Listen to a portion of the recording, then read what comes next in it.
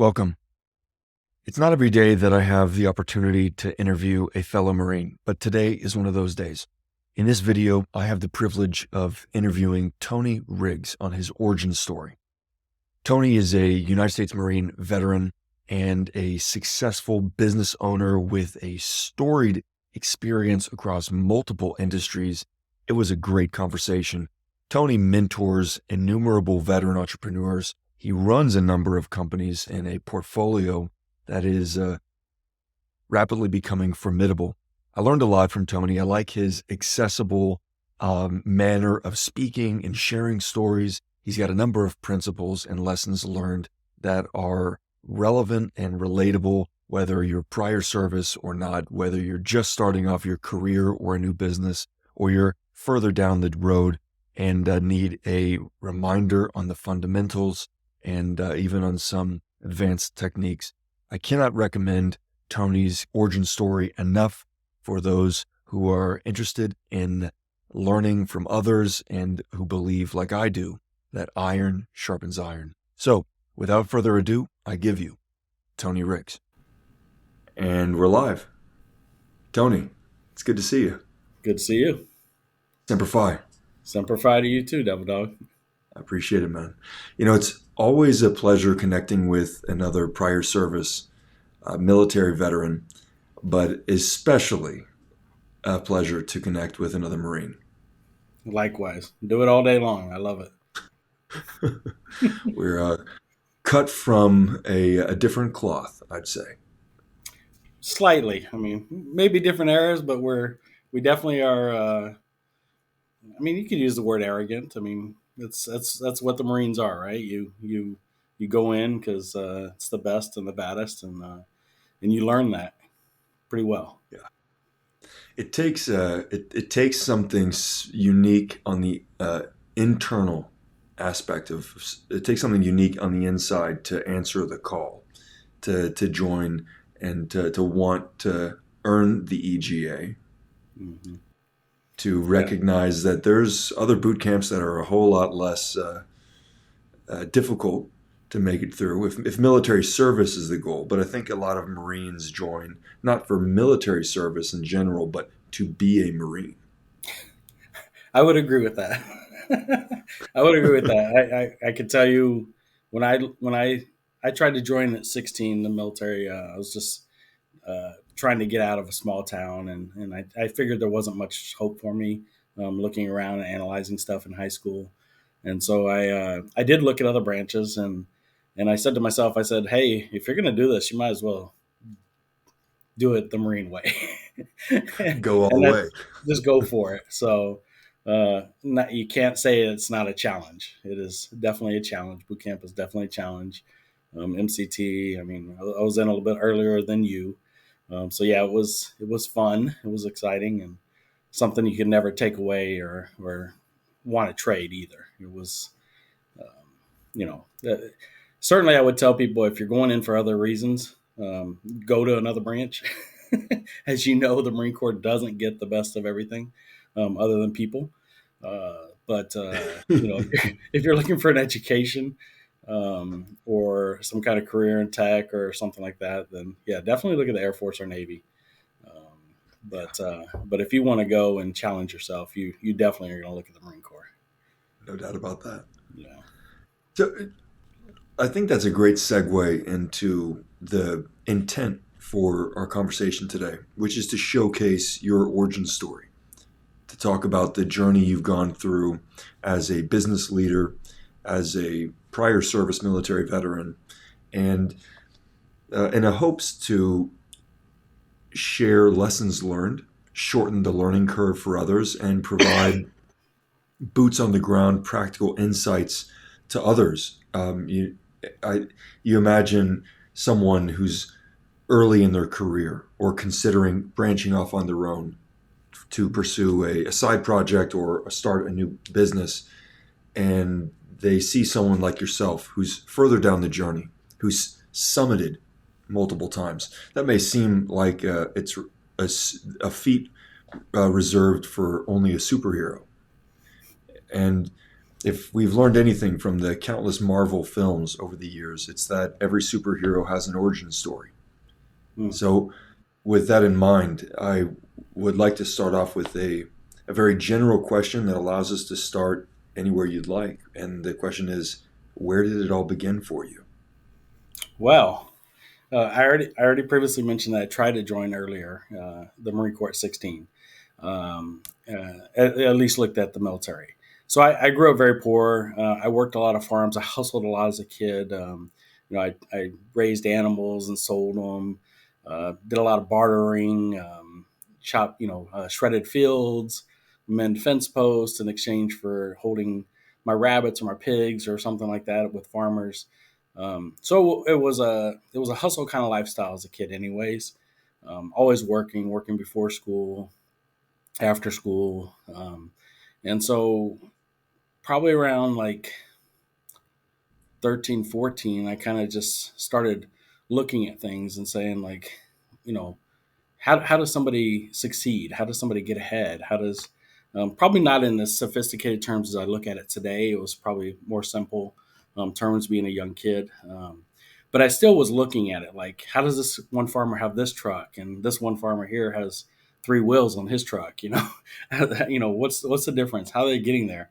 Um, and for me, I looked also at the towns I was in, and I saw the people sitting there, 30 years later, still struggling, trying to make ends meet. And it just dawned on me one morning. I was like, how do, there's got to be a way, there's got to be a methodology for doing this.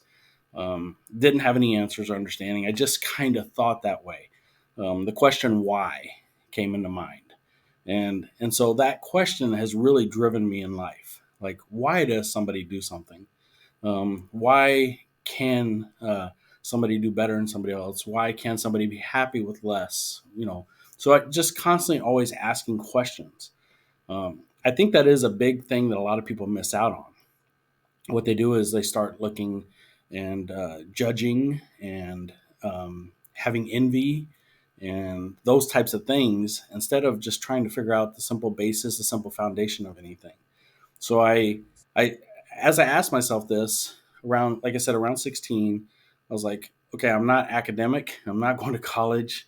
I'm not going to go into that realm. I never did homework. I never did anything extraordinary in school. I just, average student. When they assigned homework, I did it right then and there in the class with the 5 minutes left, or did it before class. I never carried books around. Never had a backpack. I didn't have time for any of that. So I just was just, how do I get this done as quickly as possible and get through it? And so I looked at the military and I said, okay, well, this may be an option for me to go into. Looked at a couple of the other branches, and then I looked at the Marine Corps and I said, okay, well, let me sign up. And of course, they're like, no, you can't. So at 17, they signed a waiver, but they said I couldn't go in until my 18th birthday. So I went in for the sole purposes of trying to go somewhere with little means. Um, Hmm. I didn't have means to move anywhere or get a real job or anything like that would have sustained me to do anything other than bagging groceries. Um, so I did look at it as a means to an end, and it it got me going. It got me into life quickly, very structured, very organized, as opposed to me trying to be like in a pinball machine, just bouncing off anything and everything and hoping I go somewhere. And I think it was the best decision I ever made. But that one word has driven me, and still drives me today. Is the question why? Somebody tells me I can't do something, I say why, and I live on that.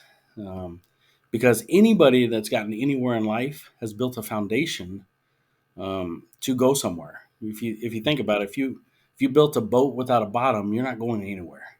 So you had to build a foundation on the bottom of the boat to even get across the river.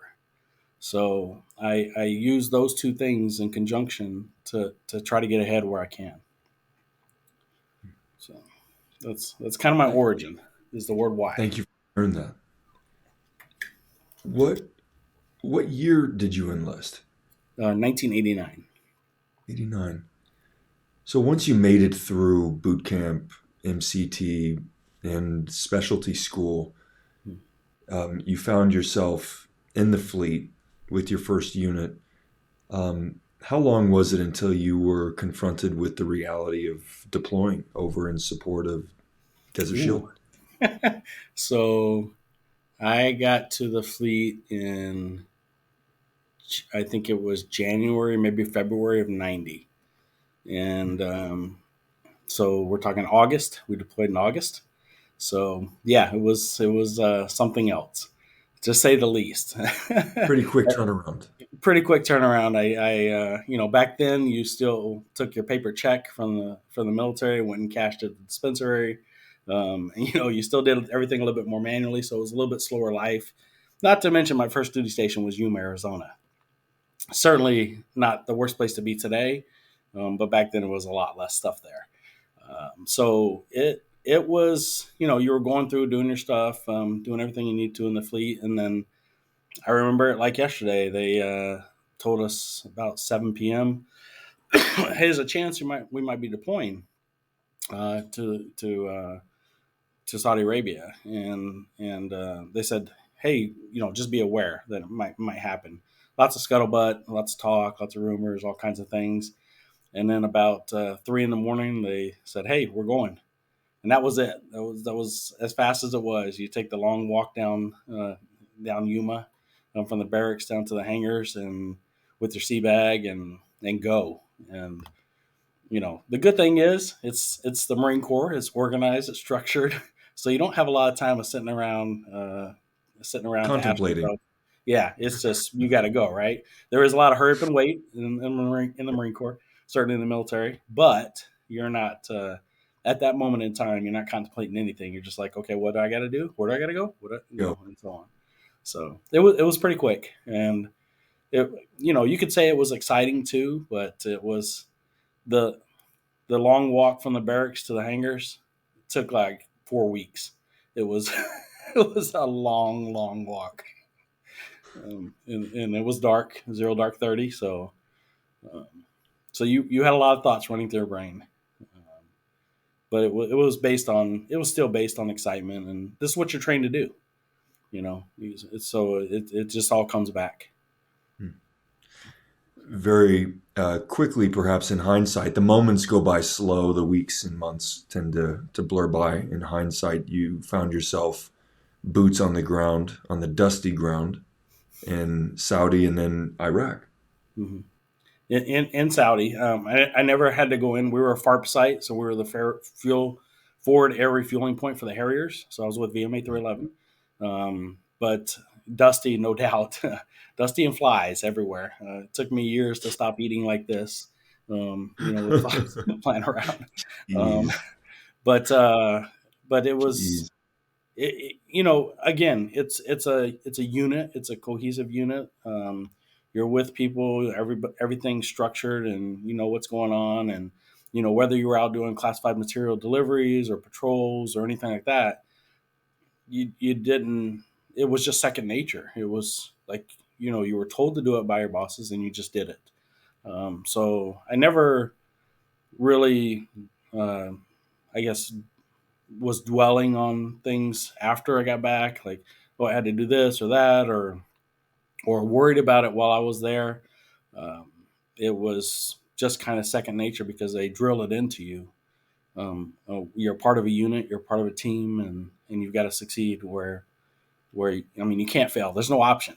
Um, so I guess for me personally, there wasn't a lot of worry. Even when you had a Scud missile landing near, or you had somebody coming up, a friendly that was coming up on the beach, and you're like, what do I do? I don't know who this is. No matter what the situation is, you still inherently knew what you were doing, and didn't give you a whole lot of room for worry. At least to me. I'm sure a lot of people worried, but yeah, for me, it wasn't a lot of time worrying. Seniority is a big thing in the military.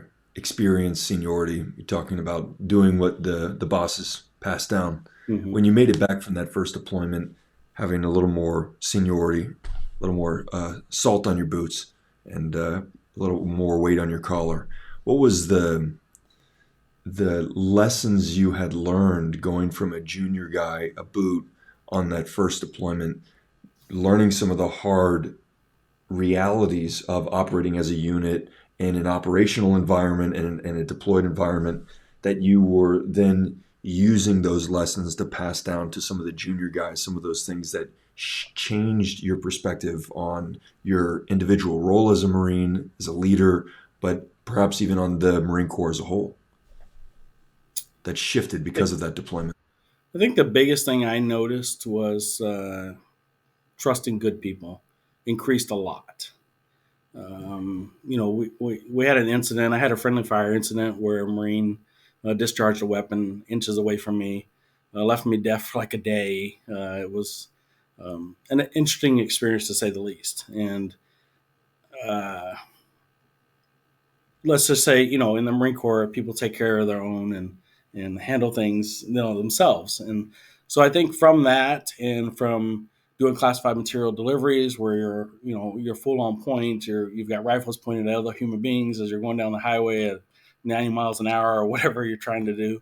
I think you learn to just trust everybody a little bit more. And that relegates over into business and into the civilian world as well, which is if you build a good team, again, a good foundation, then you can trust that, something that you want to accomplish is going to get done. The fact that we could fill so many thousands of sandbags, put up a structure in the middle of nowhere, just move tons of material and product all around without anybody thinking about how do we do this. It's just the structure was there. Hey, you're in charge of this unit. You got to get this done. There was no question of like how do we do it. It was just we have to get this done, and so you start to trust everybody's going to get it done no matter what.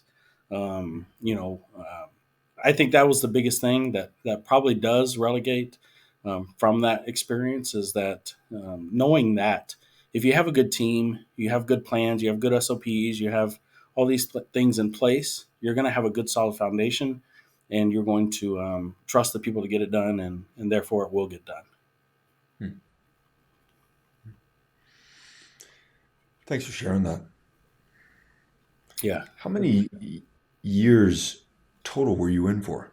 6 years. 6 years. Yeah. You want to share a little bit about the journey after you made it home from the first deployment until the point where you were contemplating reenlistment or getting out and bridging into the civilian world? Yeah. So I when I got back, I ran into my wife. We've been married 32 years. Yeah, coming up with 32 years, and got married.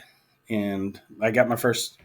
I got orders to go to headquarters Marine Corps, and so of course, my wife wasn't happy with that. She was from Arizona, and she was like, "You planned this?" And I'm like, "No, the Marine Corps tells you where we're going to go, and and you go." So I got orders headquarters Marine Corps, and going through Texas, heading over to the East Coast, and my claim to fame is I got the last Western Union telegram from the Marine Corps, just like in the movie Back to the Future, where he folded up telegram. Somehow the Marine Corps found me. I wasn't even at my home of record and sent me a telegram typed out on an IBM Electric or something like that, and it just said, "Call this number." So I went to the phone, long cord. Younger guys probably don't know what that is. Corded phone. Dialed the number, and it was staffing at the Marine Corps, and they're like, "Hey, we don't need you in Quantico. I mean, in headquarters Marine Corps." And they said, "You want to go back to Yuma?" And I was like, "Been there, done that." So they're like, "Well, we can send you to Quantico." So sent me over to Quantico and got there and started living life, doing what I need to do. And um, I was driving down. I was in a Marine Corps vehicle, a white sedan, and we're driving somewhere on base. And I looked down. There was a pay stub there, not a pay stub, but a pay scale. And I pulled it out. I was looking at it, and I was like, 20, 30 years of my life, and I'm going to make this much. I mean, it wasn't very much, obviously. And I already wasn't making very much anyways. and I was living in base housing. I think I was making 645 a month. I'm married. We just had our first child, and I was like, this is tight. I mean, we had WIC. I probably could have qualified for food stamps. I don't know why I didn't have that at the time.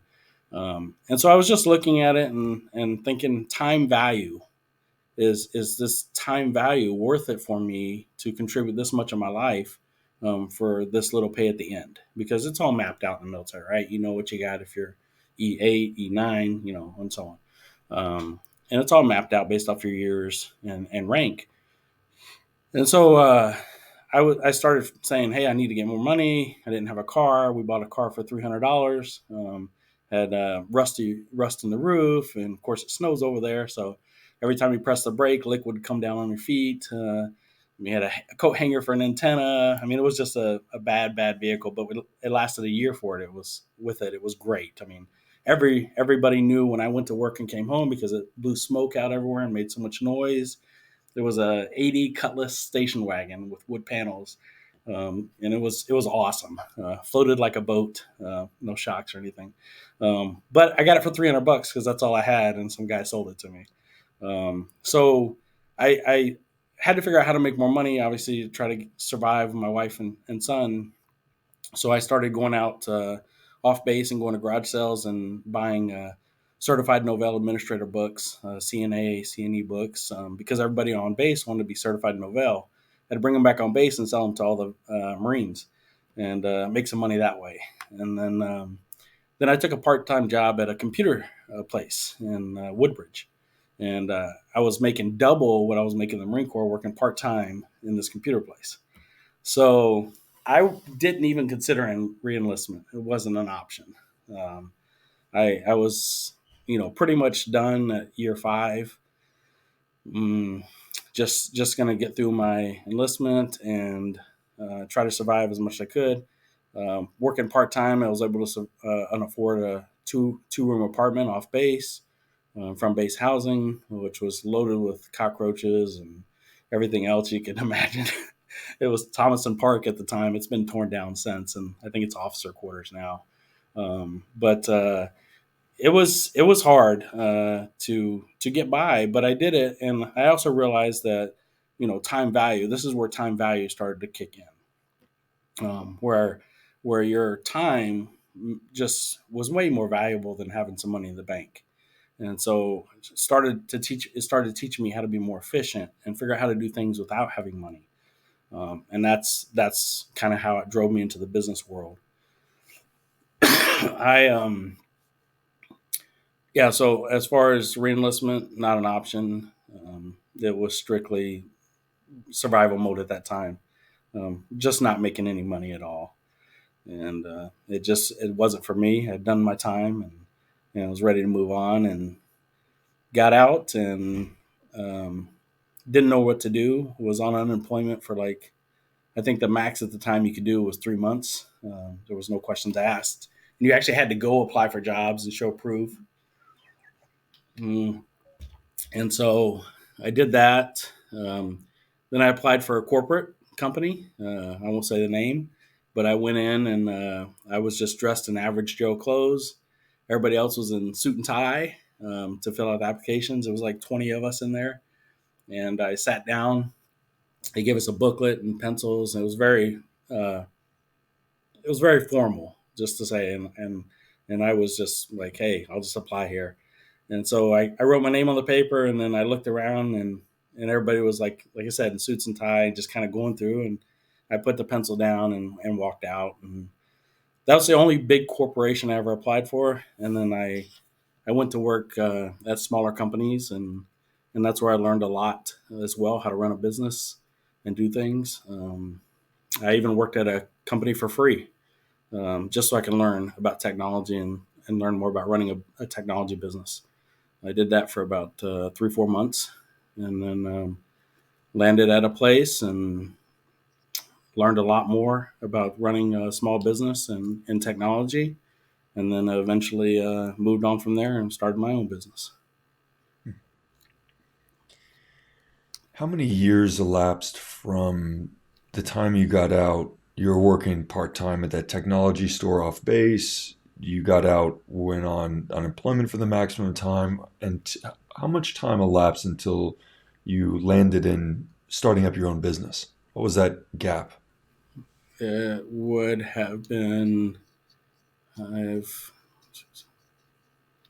about 4 years, 4.5 years. However, I did try to unsuccessfully start a business in Yuma, Arizona in '96. So that was like 1 year afterwards.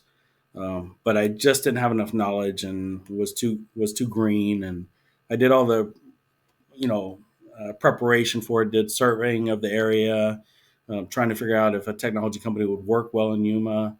Um, yeah, it just at the time I just didn't have enough knowledge, so it didn't work.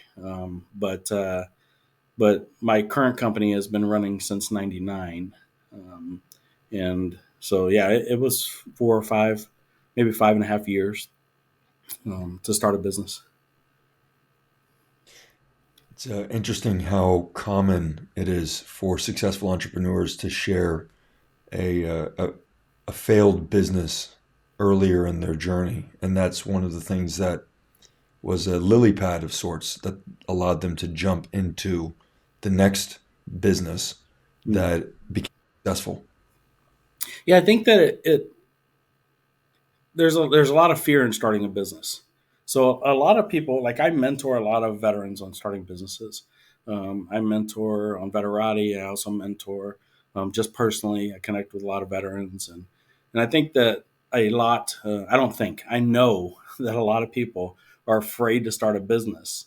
And so what I learned from doing just the preparation of trying to figure out if a business even made sense in Yuma, Arizona, a technology company, I learned to ask why a lot more times again, which is my favorite thing to do. Why? Everything from finding out that it was a good old boy town where you couldn't put signs out, or they had to be certain heights, and everything had to go through this one company, and to there was already two failed technology companies in the area at the time. One of them being an actual large company that came down and tried to start a company and it closed. To asking why, and I know that a lot of people when they're starting a business, they forget to ask why. They forget to ask why is this needed here? Why did it fail here? Why is it not here yet? I mean, you can ask 1,000 whys, and what it did for me is it allowed me to just learn from that first attempt um, the answers to the whys. Even today, there's not really any big computer companies in the Yuma area, and that's you're over 100,000 people in that area. Um, so, and then you couple that between the border town and other small towns, you're maybe near 200,000 people. So it just wasn't ready at the time. It had an electronics store and so on. But this is part of starting a business is you you you want to do it with passion, and you kind of want this. You have this desire to do it, and you're trying to drive forward and do it, but you're forgetting to ask why. It's not just because you want to work for yourself and make money, because a lot of businesses don't make money. They make enough to survive, and they make enough to pay their bills. Human capital is expensive. If you have employees, I mean, they're getting paid before you are the majority of the time. Yeah. If you're a small business, you're a huge corporation, you're a different world, right? You've got investor money, you've got stocks, you got all kinds of things coming in. But if you're a small business, majority of them are doing it to get by. So you really got to understand, why you want to do this. And I can guarantee you, it's a bad way to start off saying, "I want to get rich." That will come with time as you build your foundation. But I find this a lot, and I also find that a lot of people don't, when they're starting a business, they don't have a customer in mind. That was a big thing I learned too, trying to set up the business in '95, '96 in Yuma. Was I actually went out and looked for customers to commit to buy from me if I did this business. I still do that today in every business that I set up. Is I look for the customer first, and I teach everybody that, and I tell everybody that. And you would or may not, you may or may not be surprised, but the majority of people I talk to and tell them that say nobody's ever told me that. I never even thought about that. Yet I've spent all this money on a website, business cards, name. Some of the stuff is just easy and inexpensive to do nowadays. Now, consultants, shirts, a vehicle, all this stuff, and don't have a customer, zero customers. And so Zero idea who their customers are. exactly. So I teach that, hey, go find a customer right now. Yeah. And I can tell you story after story after story of businesses that, yeah, I mean, recently I had a guy who had $130,000 between him and his buddies, and they wanted to start a business, an alcohol business, and they had to buy all these bottles and spend all this money, and I couldn't get it through his head that, hey, listen, go to the place you're going to get the bottles from, get a sample bottle, get a label, slap it on there, and take it to somebody. Yeah. Oh, but it's $10 more if I get a sample. That $10 more is a lot smarter spend than buying 10,000 bottles that you don't know somebody's going to buy. Yeah. So, and this everything from drone businesses to car detailing to, I mean, just all kinds of businesses. There's so many good ways that you can go get a customer to pay for it and get things going without you spending a lot of money. Um, so I guess that was a long answer to what you actually asked. But yeah, I ultimately it comes back to building a good solid foundation. I try to do it for less. I try to teach people to do it for less and try to get the customers to pay for it before you spend a lot of money and put a lot of money into it. It's very much aligned with the customer development methodology that Steve Blank and the lean startup guys talk about. For example, the guy behind the business model Canvas, Okay. strategizer company, his name is Alexander Osterwalder. He talks a lot about that. The the seeking validation for the idea in the market prior to investing a lot of time, energy, and Mm-hmm. financial resources into building it out. You're Mm-hmm. on the other opposite camp from if we build it, they will come. Opposite, completely opposite. And I'll tell you what the other benefit too is. Say I'm building a widget, and I've never run a business before, and I've never started a business. Um, if I go sell that to somebody, I'm going to learn a lot. One, do I like what I'm doing? Two, will somebody pay something for it? Three, will I make any money for it? Four, the invoicing, the collecting of taxes, the remittance of taxes, the quoting, the time I'm going to have to spend on selling this. I'm learning so much with investing very little. Who potential customers are going to be, I mean, just the wealth of information you get from going and making one sale. If I want to sell this mouse, I don't need to go buy 10,000 of them and put my label on it. You can go get a sticker and slap a label on it. Go sell it to somebody and see how it works.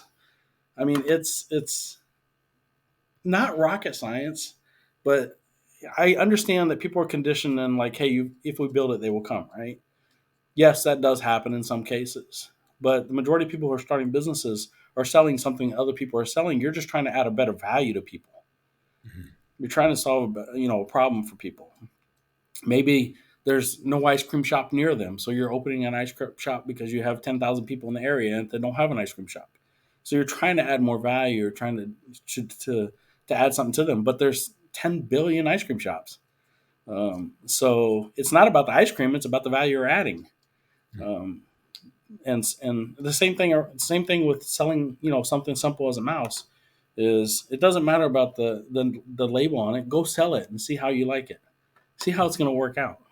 You're going to learn a ton of things.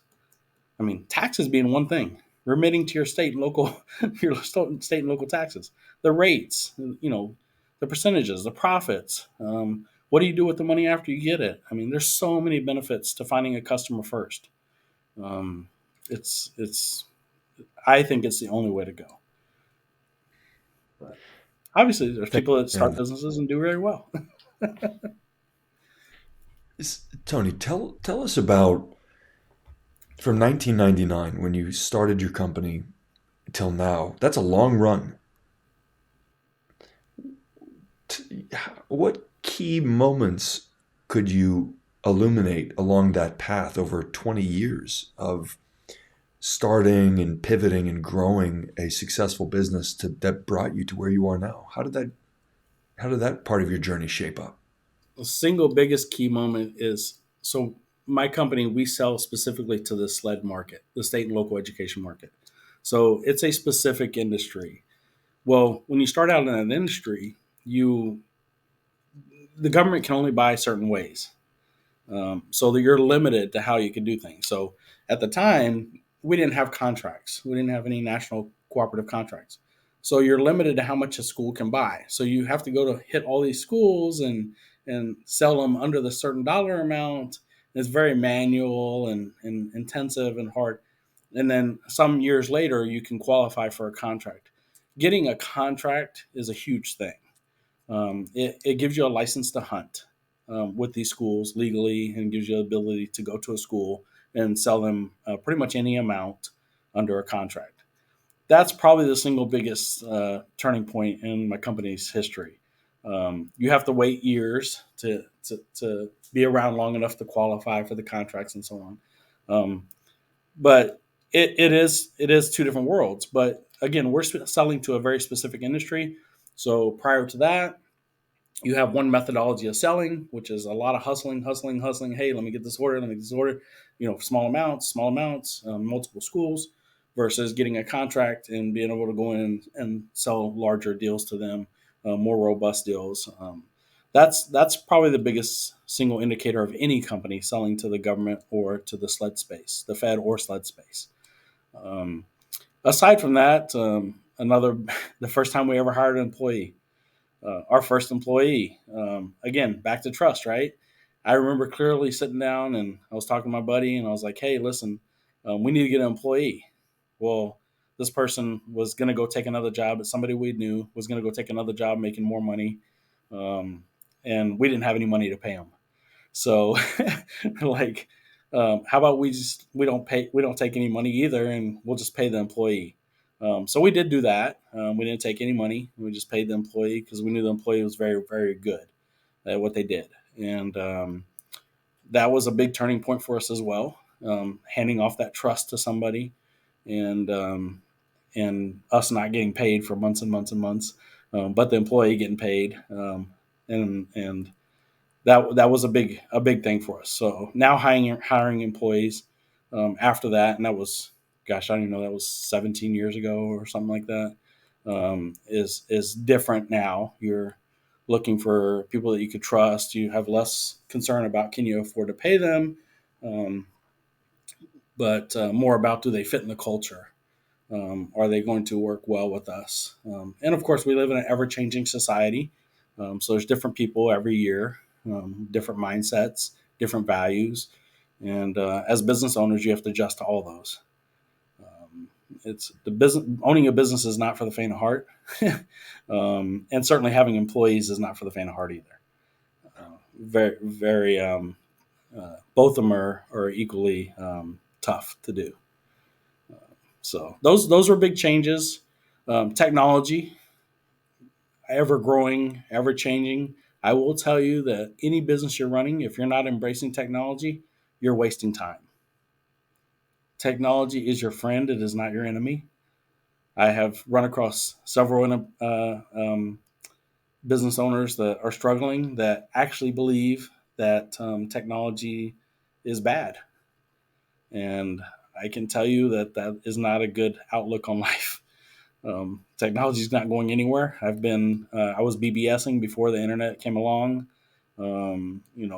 back in 93, 92. We got Prodigy on discs. I mean, it was, even before that, I was BBSing. Um, and that's basically, you have your modem calling other computers and connecting and getting the minimal information off of them. Um, Technology is not going anywhere. Use it to your advantage. There's so many great ways to get your business up and running in a fraction of the time compared to 20, 25, 30 years ago. And you should definitely use it to your advantage. That's another thing that has really increased, my businesses. And yeah, I guess those would be the three major things. First time we ever hire an employee, getting contracts for our specific industry, and the advent of technology. Thanks for sharing that. Hmm. We're we've covered the origin story of started with where it all began, covered a number of the chapters, and now we're getting phases of the journey, and now we're getting pretty close to current day. And I think we are getting to a point where we'll land the plane for our conversation on the origin story. But let's set a flag in the sand, so to speak, for perhaps a follow on conversation on where you're at today and even a glimpse on where you're going. What does the Sure. future hold for you? Well, my future is right now, every day, every second, as it happens. Um, and I do have big plans on what I'm working on right now and what I'm doing. Um, I will remember. I've mentioned multiple times that you have a good foundation. You ask why. I have gone on a sprint for the last 2 years, specifically when COVID started. I felt that there was going to be a lot of people sitting around and not accomplishing things and doing things. So I kind of went on a sprint of starting businesses. I sat down with my three children, young adult children. I said, "Hey, listen, we're not going to sit around like the rest of the world. We're going to do stuff." We started businesses together, and that kind of got me started on some other businesses.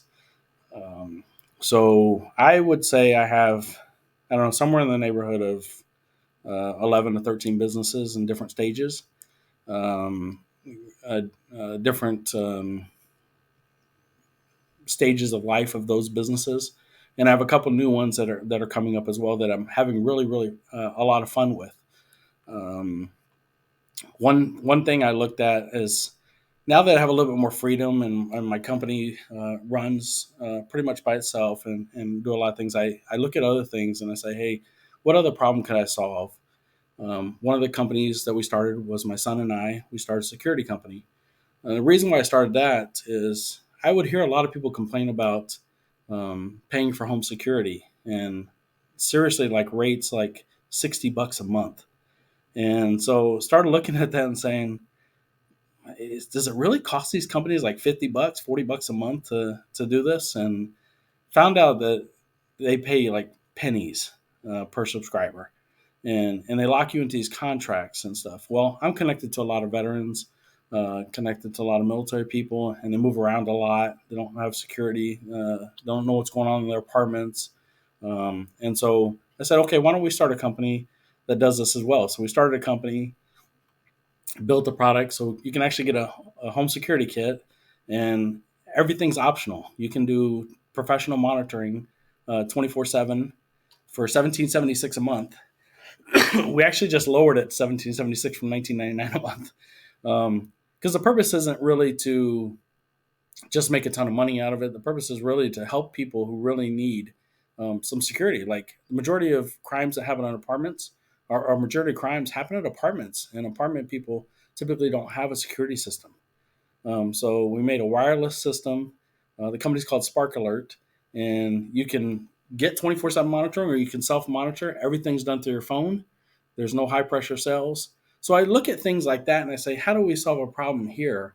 And as quickly as possible without spending a ton of money. I don't go and get investment dollars. I've never used investments for any of my businesses. Um, Another one that I recently started was a company called Skilled Vets. Same thing. A lot of construction companies that I know are saying, "Hey, we can't find people." So I was like, "Well, it's skilled trades." So I started a company called Skilled Vets. It's a staffing company for veterans. I've since expanded it just to skills in general, not just construction. But we're on the verge of just landing our first. It's actually a $1 billion company hiring us for beta to find them veterans to come work for their company. Awesome. And that really, I started it last year. It kind of sat on the back burner. I partnered with a couple other Marines, and we relaunched again in July. So now we're 5 months in, and we're about to land our. We're like this week or next week, we'll get the signed contract for our first company to find veterans. While I was going through that process, I was like talking to lots of veterans. I kept hearing that they don't like working for companies that say they're veteran friendly, and the veteran feels like they're a checkbox Hmm. working for the company. So they're not really a veteran friendly company, but they advertise themselves as. So I said, okay, well, what would tell you as a veteran that they're friendly? And like, I don't really know. So I'm in the beginnings of, I started another company to score these organizations on their veteran friendly. It's called a VFI, Veteran Friendly Index. And Nice. so we're going through the process. We have a PhD that has curriculum. She's creating a curriculum for us for the companies, but the purpose isn't like to just hold the company responsible for saying it's veteran friendly and letting the veteran know that it is truly a veteran friendly organization. And it's not about how many veterans you have in your company. It's about the ideology of understanding the person you're getting, and also the veteran understanding what kind of company they're going into. So it's a it's really trying to be more transparent about the transition from the military life to the civilian life, and the civilian life understanding the type of person they're getting with all the benefits, the loyalty, the leadership, the intangibles that don't come on a resume or don't show up on a resume very well. So in conjunction with skilled vets came VFI, and I can tell you this: I think I've spent $135 total on both. Mostly with the domain name. I host it on my own servers for the website, but I'm not going and dropping $10,000, $20,000 to do this. I'll do things as smart as I can, use technology, the social media, try to get that out there. We just did an event at the Army National Guard with 10,000 people showing up. We did an event at Fort Bliss. So there's some small costs here and there, but if I'm going to El Paso to do something for at Fort Bliss, I'm going to do two or three things for some of my different companies while I'm there as well, just to maximize my time, because that is the most valuable asset I have.